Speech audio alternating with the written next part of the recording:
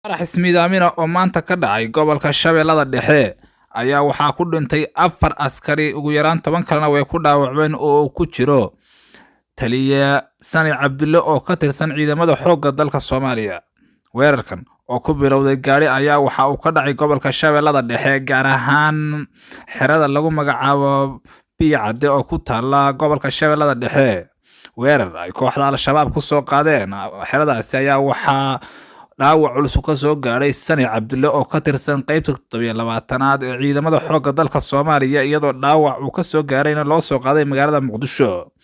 Kooxda Al-Shabaab ayaa waxay weerarkaasi ku ekeeyeen xeradaasi ku taalla gobolka Shabeellada Dhexe, gaar ahaan xerada lagu magacaabo Biyacadde oo ku taalla gobolka Shabeellada Dhexe.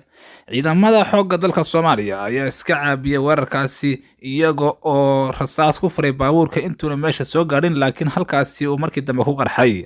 Askari oo ka tirsan ciidamada xoogga dalka Soomaaliya ayaa ku geeriyootay halka 10 kalena ay ku dhaawacmeen weerarkaasi.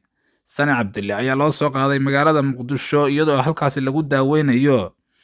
Waxaa weerarkaasi ka hadlay taliyaha ciidamada xoogga dalka Soomaaliya Jenaraal Odawaye Yuusuf Raage, isagoo oo sheegay inuu ahaa weerarkaasi weerar filinimo waa siduu hadalka u dhigay.